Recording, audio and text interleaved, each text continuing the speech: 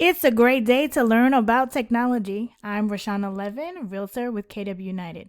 So in today's video, I'm going to show you how I use the Shortcuts app for different things in my business to be able to essentially help you with your business, make your life so much easier. I'm so excited because I've been an iPhone user since they started iPhone back in, I don't even know when it was, now almost like 20 years. But I wasn't really utilizing this shortcut because I was really intimidated. I'm a tech person, but I really kind of didn't understand like what I could do. And then I've been on YouTube University as you're watching this video. And I was like, well, how can I use this in my business? Like, really think about brainstorming. There's a lot of other different ways that you can use it, but I hope this helps you. So, in this first video, I will show you what I've come up with as ideas, and then in the next one, I'll actually show you how to create one. And if you click on the link below, you can actually request the actual, what I call it, code, but you can request the shortcut and you can add it to your shortcuts and just make a few edits so you don't have to recreate the wheel, because what do we like to do? Rip off and duplicate, but in a good way. So let's get into it. So the first icon I'm going to click on is social media. So essentially this is, instead of you having to search for, say, oh, I want to go to Facebook. Like, say if you put it in another folder and you don't know where it is, or you say, oh, I moved the app somewhere. So this is just a snapshot of, okay, I'm working on my social media right now. So I click on that, and then I said, well, I want to go on Instagram. So that's going to pull Instagram up immediately. And so that's that. So next, I have what's called Realtor Life. So these are all the things I could think of that I would use, not necessarily on a daily basis, but there are things that I use that sometimes I just don't want to have to find where they are. So maps, so I like to use maps. So that will go to maps. Forewarn, that's our app to look up people. Sentry Lock, this is actually to open up the lock boxes. KW Command, that's that. And Realtor.com and RPR. So if I click on RPR, that's going to go to that particular app. I'm not going to sign in. And so next, daily, which these are the things that I use all the time. So on a daily basis. So I like to check the weather in the morning. Is it going to rain? My Gmail, I go to my email account, what's going on with my calendar. If I'm taking photos, the camera will automatically pop up. Calculator automatically pop up if I want to search something, Safari. I don't necessarily like Chrome on the iPhone necessarily. I prefer Safari, but that's just personal preference. But I love Chrome on my Mac, just not on my Mac or my iPad. I just don't like it on the phone, but that's just me. And then you can actually also put websites on here. So this is my book. So next, so that's just kind of giving you like a list. Those are lists of things that you would use all the time. So I can show you in the next video on how different ways you can use lists. So, okay, you have somebody's birthday and it's today. What do? Are you going to say the same thing all the time? Maybe, maybe not, but let's get into it. So we're going to click on this icon here. And it says, happy birthday, enjoy your day, cheers to many more. And then you would put the person's, you would search them up, or you would put their actual phone number. So that's saving you time instantly. It doesn't make sense to retype this stuff over and over and over again. Right. So next, meeting. So you met somebody, you're talking to them. It's like, okay, well, you want to schedule something, but you don't want to have to send them. I use Candly, but you don't want to send them there. I mean, you're talking to them, so it doesn't make sense to schedule it through there. You can have this, instead of you having to, okay, I got to open up my calendar, then do this, then do this, then do this. So, new meeting. So, who am I meeting with? So, I'm just going to say myself for now, for this example. Where am I meeting? So this is particular location. So this is what's going to actually go into your calendar event. So it could be a location, it could be, you can put an address, you can put, if it's a phone call, I'm going to say it's a phone call. Phone call, click done. Then it's going to prompt you, okay, what time is this meeting going to be? So let's say it's today at 2:30. And then, see, my calendar pops up. And if it's any other item that I actually want to put in here, if I want to change the time, okay, it's not going to be like literally for 1 minute. Let's say that is going to be for 15 minutes. And then we click add. So that's going to go on my calendar. Then what it's going to do next is it's going to ask you who needs to get this message. So this is actually texting the person right away. So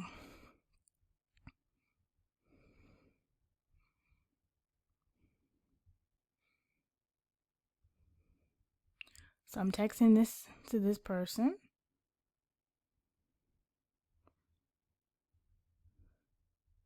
Gotta fix that one. It's something that I have to do to that. But we're going to move on because I'm not going to redo this video. So AirDrop. So AirDrop my contact information. So to give you an idea, you can create this for like your loan officer, for all of your allied resources, all your allied partners. You can create a special AirDrop for someone else. But just for this video, it's an AirDrop for you. So you click on AirDrop, and then this has your contact information or the contact card that you specified, and we click AirDrop. So I'm going to AirDrop it to my Mac, or it was whoever is within range.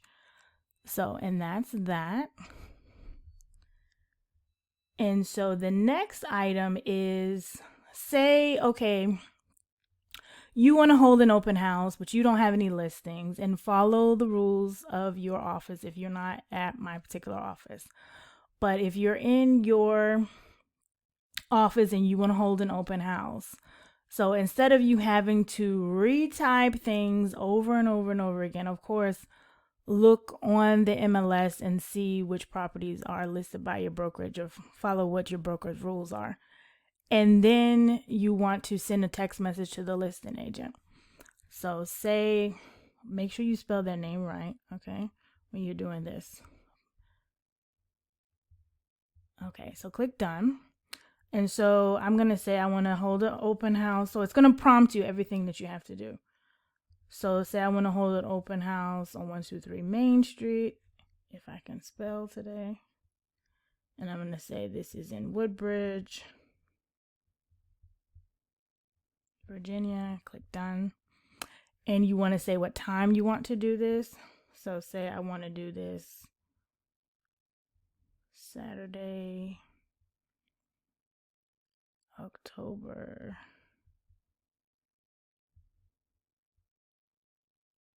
17th. Okay, the date might be wrong, but you get the idea. And recipients. And so this recipients is going to be, is also a text message. So once you click done, this automatically comes up. And right now you see that it says more money. You'll see what that means in a minute. So it says, hello, Roshana. I mean, that's me, but I'm texting myself. So in this example, I should have picked someone else's name, but you get the point. So it automatically has what your message is. So the automation here is, so think of this as kind of like Zapier or other automation tools that you can use.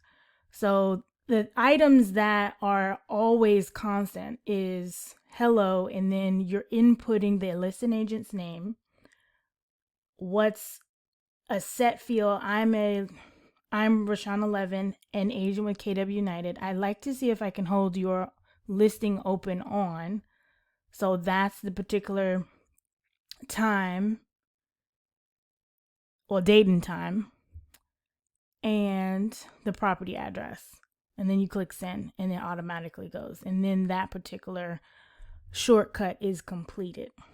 So now, next, Add to database. Okay, you've met somebody, you met them at the grocery store, you met them at the gas station.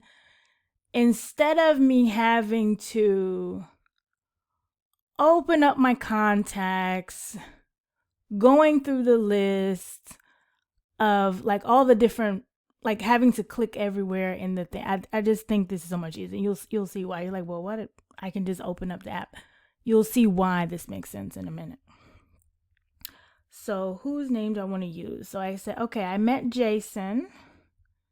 Click done. What's Jason's number? Jason's number is 240-284-4114. Click done. Then I also have this so this right here is actually the notes section. So I want to know when I met this person. So it's going to automatically stamp it right now because this is when I'm putting it in there. If you need to revise this, you can, but this is the automation. This is already done.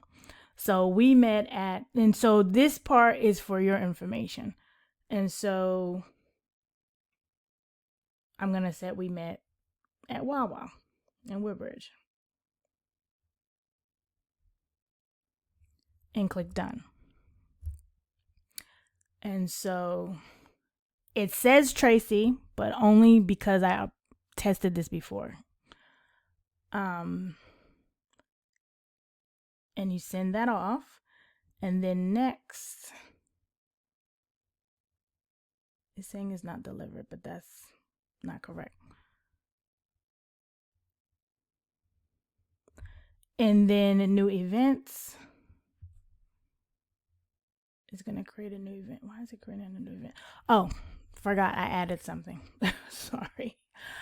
I wanted to actually keep track of people that I met. So it actually prompts me. It also adds an event to my calendar because I want to know that I need to make sure I add this person to command, to KW command. And so because it also says that. And so that will prompt me to do that. Then you click add. So that's something I forgot that I added at the last minute. So that's adding someone to your phone and to your database. So next, okay, I have a client, they're looking for a house. This is the house that they want to buy. So I don't want to have to keep typing the same message when responding to a listing agent. So I created a message prompt to be like my template so I don't have to keep typing the same thing over. That doesn't make sense. So listing availability. So hello. You can put the person's name. You cannot put the person's name. It's up to you. So it has that, and then what you need to do is add the address at the end. So my final shortcut for today is next appointment. And what next appointment is, I created this a while ago and then I got rid of it because I wasn't using it right, to be honest. So, but what next appointment is, okay, you're with a client or you need to share information or an address with somebody, like the next place that you're going to. So I will show you how it works. So we click on next appointment. So what it's going to do is going to pull the properties or the addresses from your calendar for the next, I believe it's I have it set up for the next 10 hours. So, I mean, if you have something scheduled, like if you have something scheduled for, the next day, that could potentially come up depending on, what you have in your calendar. So, but I wanted to just show today because I don't want to show anything else for tomorrow. And so this is, I'm not going to this location right now, but so it's not like a plug for them, but Painted Tree is in Sterling, Virginia.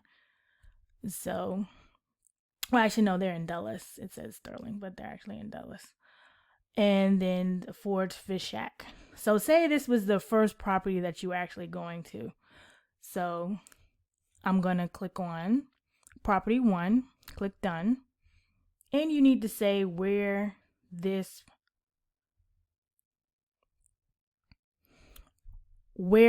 who needs to get this information. So that will be your client or whoever. So click done. So now this address is going to come up automatically, because what I was doing before was, okay, I'm at the house, then I got to go back to my calendar, copy and paste the address, then go back to messages and send the message. Now, mind you, you might already have a thread with these people, but what you could essentially do is copy, like once you get a new client, you could copy who this person needs to go to all the time, and then you wouldn't have to keep typing their names. I mean, you could really fine tune this for each client. You could. So that's an idea. I actually figured that out just now. But anyway, so we click done. Well, you tap done. And so now the beauty of this, then also what I was actually doing is I had to open up the app. So all of these things are happening at the same time. So based on where I am, it's going to take me an hour. So I got to click go so that it'll move on. It saves you so much time instead of having to open all these different apps, because the phone can do it for you. Makes it so much easier. And so it's one more option that's going to take place.